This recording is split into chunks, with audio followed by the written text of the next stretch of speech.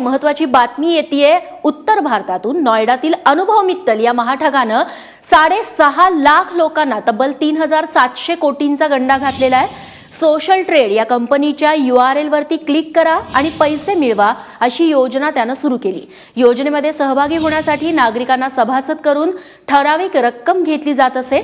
सभासदांनी देखील आणखी सभासद आणल्यास जास्त पैशांचं आमिष त्यांना दाखवलं जायचं। सभासदांच्या मोबाईलवरती दररोज 5 ते 125 बनावट URL पाठवले जायचे। एका URL ला क्लिक करण्यासाठी सभासदाला 5 रुपये मिळत असत। सुरुवातीला व्यवस्थित परतावा मिळत होता, त्यामुळे अनेक जण या योजनेत सहभागी झाले। मात्र त्यानंतर पैसे देण्यास टाळाटाळ होऊ लागली आणि यानंतर केलेल्या पोलीस तक्रारीत या महाघोटाळ्याचा पर्दाफाश झालाय। दरम्यान अनुभव मित्तलसह आणखी दोघांना पोलिसांनी अटक केलेली आहे। श्रीधर प्रसाद आणि महेश दयाल अशी इतर दोघांची नावे आहेत।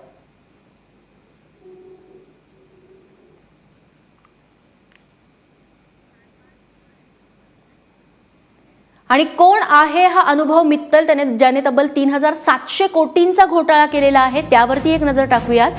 गाझियाबाद जवळच्या पिलखुआ गावचा तो रहिवासी आहे। नाव आहे अनुभव मित्तल। साधारण कुटुंबात त्याचा जन्म झाला। 10वी आणि 12वी तो बोर्डात प्रथम आलेला आहे। कॉलेजमध्ये मित्रांकडून फुंगसुक वांगडूची उपमा दिली जायची। 3 इडियट्स मध्ये हे कॅरेक्टर होतं अति हुशार असं। 2010 मध्ये इंजिनिअरिंगच्या 3ऱ्या वर्षात त्यानं कंपनीची सुरुवात केली। या कंपनीमध्ये त्याची पत्नी आयुषी मित्तल देखील संचालक आहे। नोएडामध्ये या कंपनीसाठी 4 मजल्यांची इमारत देखील आहे जी अनुभव मित्तलने घेतली आहे। लाखो रुपये पगारावरती त्यांनी 50 कर्मचाऱ्यांना नोकऱ्या देखील दिलेल्या आहेत। सुरुवातीला 350 कोटी रुपयांच्या सॉफ्टवेअर डेव्हलपमेंटचं काम त्याला मिळालेलं होतं आणि याच अनुभव मित्तलने 3700 कोटींचा गंडा घातलेला आहे। 6 लाखांहून अधिक लोकांना या अनुभव मित्तलनं गंडवलंय आणि याच प्रकरणी अनुभव मित्तल हा पोलिसांच्या जाळ्यात देखील सापडलेला आहे। अनुभव मित्तल याच्यासोबत अजून दोघांना अटक केलेली आहे। हा संपूर्ण घोटाळा आहे तो लाईक करा आणि पैसे मिळवा अशा पद्धतीचा होता। देशातला पहिला सोशल मीडिया घोटाळा याला म्हणायला हवं। गुंतवणूकदारांकडून 3750 ते 57500 रुपयांची गुंतवणूक करून घेतली जायची या स्कीम अंतर्गत। प्रत्येक गुंतवणूकदाराचं सोशल मीडियावरती अकाउंट ओपन केलं जायचं या स्कीमनुसार।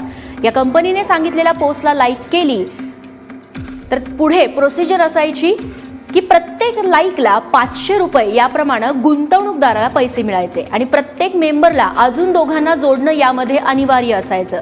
त्यामुळे ही चेन वाढत जायची।